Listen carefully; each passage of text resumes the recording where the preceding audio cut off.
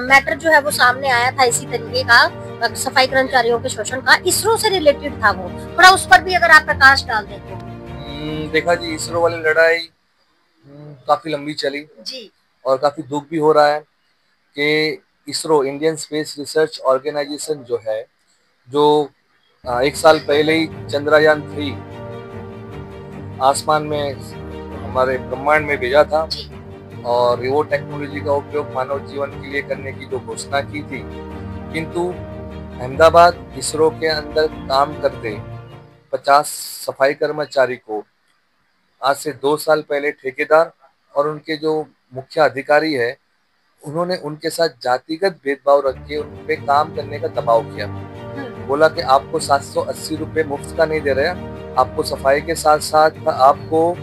घास भी कटिंग करनी पड़ेगी, आपको नाली भी साफ करना पड़ेगा। तो ये जो फोर्स लेबर करवा रहे थे ना, उसके रिगार्डिंग हमने 2 साल पहले नोटिस भेजा था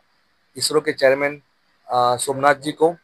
और इसके बारे में उनको अवगत करवाया था कि आपके वहाँ पे जो फोर्स लेबर हो रहा है और अनफेयर लेबर प्रैक्टिस हो रहा है, उनका तुरंत रूप से बंद करवा दिए। ठीक है। और साथ में एक स्ट्राइक नोटिस भी दिया था, जिसमें कर्मचारी को पिछले 10 साल के अंदर उनको बोनस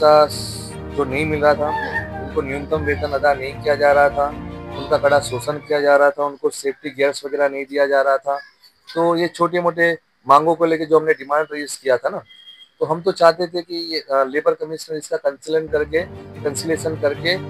इसरो यूनियन और ठेकेदार बैठ के कर्मचारी के बेनिफिट्स के लिए, उनके बेटरमेंट के लिए कुछ रास्ता निकाल सके। किंतु उस टाइम पे इसरो के कुछ अफसर लोग कंसिलेशन में तो आ ही नहीं रहे थे, और लेबर कमिश्नर के पास हम 3 से 4 डेट में गए। लेबर कमिश्नर में बोलता था कि हम क्या कर सकते, वो इसरो वाले नहीं आ रहे। तो मैंने बोला आप नहीं आ रहे तो आपने मेल तो भेजा होगा, मतलब मेल तो भेजा है पर कोई रिस्पॉन्स नहीं दे रहा है। उस टाइम के जो असिस्टेंट लेबर कमिश्नर थे, वो भी कहीं ना कहीं इसरो के लिए काम करते हो और इसरो उनका तनख्वाह करता हो, या कहीं इसरो वाले ने या ठेकेदार ने उनको पैसे देके उनको खरीद लिया हो, ऐसा वो प्रिटेंड करते थे। तो हमने लेबर कमिश्नर साहब को बोला कि आप सीधा उनको नोटिस भेजो, आरपीडी पत्राचार करके भेज दो और तुरंत डेट निकाल दो। फिर उसके बाद वाली डेट में जब वो आए, तो उनकी जो ऑथराइज पर्सन थे, उन्होंने बोला, लिखित रूप से जवाब दिया था कि हमारा जो इसरो है ना, वो उसको आईडी एक्ट नहीं लगेगा, इंडस्ट्रियल डिस्प्यूट एक्ट नहीं लगेगा, क्योंकि 1983 में एक पीआरएल का जो ये अपना कोई डिस्प्यूट रेज हुआ था, उस टाइम पे कुछ जजमेंट आया था, तब बोला गया था PRL is not the industries. तो वैसे ही इसरो इंडस्ट्रीज नहीं है, इसलिए इंडस्ट्रियल डिस्प्यूट एक्ट नहीं लगेगा। तो उस टाइम पे हमको काफी कंफ्यूज कर दिया था, लेबर कमिश्नर ने भी कंफ्यूज कर दिया और ये लोग ने भी कंफ्यूज कर दिया। तो मैंने सोचा अगर इसरो इंडस्ट्रीज में अंदर आता ही नहीं है, तो ये ठेका श्रमिक का जो मसला हुआ है, जो एक्सप्लॉयटेशन हो रहा है, ठेकेदार उनका शोषण कर रहा है, वो फोर्स लेबर करवा रहे हैं, तो ये जो मसला जो पैदा हुआ है उसको हम कैसे रिजॉल्व करेंगे। तब जाके हमने केरला हाई कोर्ट का एक जजमेंट था, रिसेंटली जजमेंट 2 साल पहले, मतलब 2021 का जजमेंट हमारे पास आया था। उसमें लिखा था वो तिरुवनंतपुरम के अंदर जो इसरो का ब्रांच है ना, तो वो ब्रांच के अंदर कुछ डेली वेजर सफाई कर्मचारी लेबर कोर्ट गए थे, और लेबर कोर्ट से फिर वो जीते भी थे, और उस टाइम पे इसरो हाई कोर्ट चली गई थी। तो मसला ये था कि इसरो इंडस्ट्रीज है या नहीं है। तब उस टाइम पे हाई कोर्ट ने वो मैटर को सीजीआईटी में रिफर कर दिया, बोला इसरो इंडस्ट्रीज है या नहीं है, ये रिफर करने का काम सीजीआईटी का है। ठीक है, central government of industrial tribunal come labour court उनका है। तो 2 साल पहले जो डिस्प्यूट रेज हुआ था ना, अखिल भारतीय सफाई मजदूर संघ और इसरो के बीच में, तो उस टाइम पे मसला ये आया कि अभी तक डिसाइड हुआ ही नहीं है कि इसरो इंडस्ट्रीज है या नहीं है। तो लेबर डिस्प्यूट तो जनरेट हुआ है। तो उस टाइम पे जो अहमदाबाद रीजनल लेबर कमिश्नर थे, मिस्टर आरएल साहब,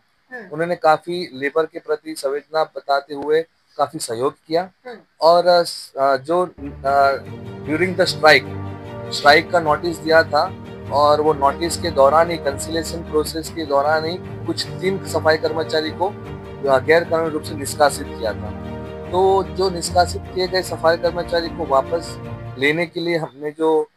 कमिश्नर साहब को जो सिफारिश की थी कि भाई मैटर अभी आपके वहाँ पे पेंडिंग है और during the pending of the our matter कोई कैसे किसी को निकाल नहीं सकता है। तो आरएलसी साहब ने उनके मीडिएशन के अंदर यूनियन, ठेकेदार और इसरो के कुछ साइंटिस्ट आए थे, उनके ऑथराइज पर्सन, उनके बीच में एक मेमोरेंडम ऑफ सेटलमेंट हुआ। तो उन्होंने डिमांड रखा था कि अगर आप सारी स्ट्राइक नोटिस वापस विड्रॉल कर लेते हो तो हम ये 2 कर्मचारी को वापस नौकरी पे ले लेंगे।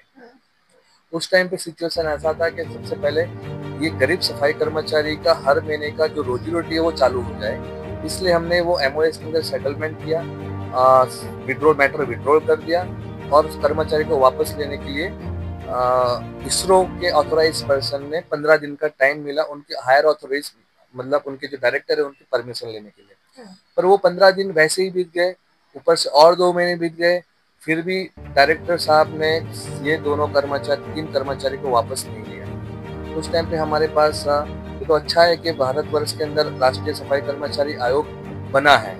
हमने आयोग के पास एप्लीकेशन किया और उनको सिफारिश किया कि भाई ये गरीब सफाई कर्मचारी को गैर कानूनी रूप से निष्कासित किया है तो उनको वापस लिया जाए। तब जाके हमारे आयोग के चेयरमैन माननीय एम वेंकटेश सिंह जी वहाँ पे आए थे और उन्होंने साफ साफ स्ट्रिक्टली ऑर्डर दिया था कि जो निकाला गया कर्मचारी उनको वापस ले लो, और उनके विद इन 2 डेज में इफेक्ट के अंदर ही उनको वापस ले लिया गया। पर वहाँ के जो डायरेक्टर साहब हैं मिस्टर नीलेश देसाई, वो हालांकि रिटायर हो चुके हैं, ठीक है, डायरेक्टरशिप से रिटायर भी हो चुके हैं, उनके एज भी रिटायरमेंट हो चुकी है, फिर भी उन्होंने जो 2 साल पहले उन्होंने ये 2 कर्मचारी को वापस 3 कर्मचारी को वापस लेने के लिए सफाई कर्मचारी आयोग ने ऑर्डर दिया था, वो बात को उनको काफी मंदुक हुआ था। कहीं ना कहीं वो उनके दिमाग के अंदर, उनके दिल के अंदर ये सफाई कर्मचारी नीची जाति के लिए वो लोग है और हम उनकी लड़ाई के सामने मैं डायरेक्टर हूँ और मैं हार गया, इस हिसाब से उनको कहीं ना कहीं उनका ईगो हर्ट हुआ था। तो वो डायरेक्टर साहब ने क्या किया, 2 साल के अंदर तो संगठन ने भी कभी कोई कर्मचारी को इंटरफेरेंस नहीं किया। अब पिछले मार्च महीने के अंदर नया ठेकेदार को बुला लिया, हालांकि टेंडरिंग प्रोसेस किया था, पहले सफल हॉस्पिटलिटी को कॉन्ट्रैक्ट मिला था, फिर उसको उन्होंने ब्लैक लिस्ट कर दिया और उसके बाद जो L1 में आता था उसको दिया कॉन्ट्रैक्ट। तो जिसको कॉन्ट्रैक्ट दिया है ना, वो ठेकेदार तो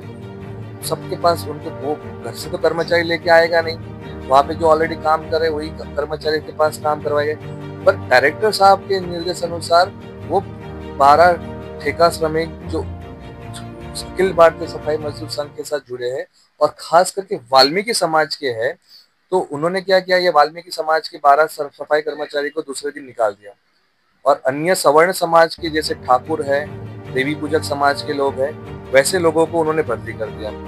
और इस बारे में मेरा डायरेक्टर साहब से मेरी टेलीफोन बातचीत हुई थी, तो उनके साथ बातचीत करने से साफ साफ प्रतीत हुआ कि कहीं ना कहीं उनको मंदुक था 2 साल पहले ये जो सफाई कर्मचारी को वापस लगाया था। और आज भी डायरेक्टर साहब सारे इसरो में बोलते हैं जब तक मैं जिंदा हूँ तब तक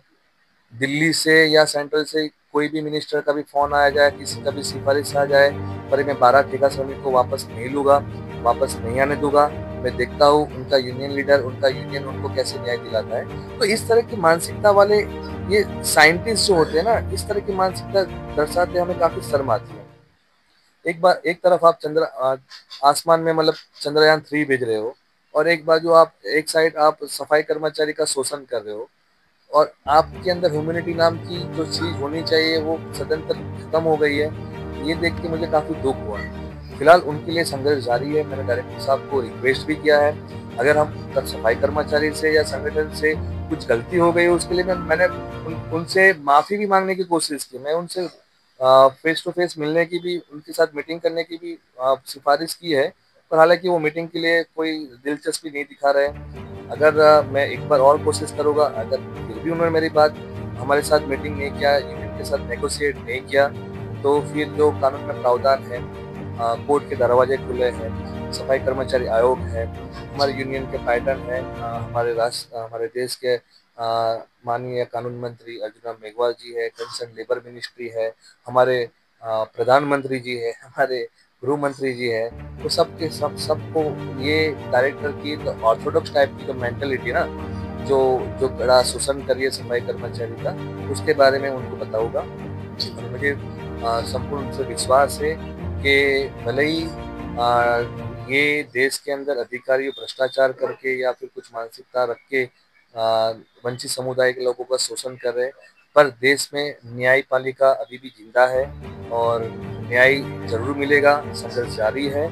और आने वाले दिनों में ये कर्मचारी को न्याय दिला के रहेगा। ये हमारा अखिल भारतीय सफाई मजदूर संघ उसके लिए कटिबद्ध है। तो सुना आपने किस तरीके से अखिल भारतीय सफाई मजदूर संघ पूरे देश में सफाई कर्मचारियों के हक और अधिकार की लड़ाई लड़ रही है। अगर आपके साथ भी कोई भी अधिकारी या आपके किसी साथी के द्वारा या फिर किसी भी अदर व्यक्ति के द्वारा किसी भी तरह का कोई शोषण अगर किया जाता है और आप उससे परेशान हैं, तो आप सीधे अखिल भारतीय सफाई मजदूर संघ से संपर्क कर सकते हैं। हमारी पूरी टीम आपके लिए सदैव आपके हितों की, आपके अधिकारों की लड़ाई और आपके मान सम्मान के लिए आपके साथ खड़ी है।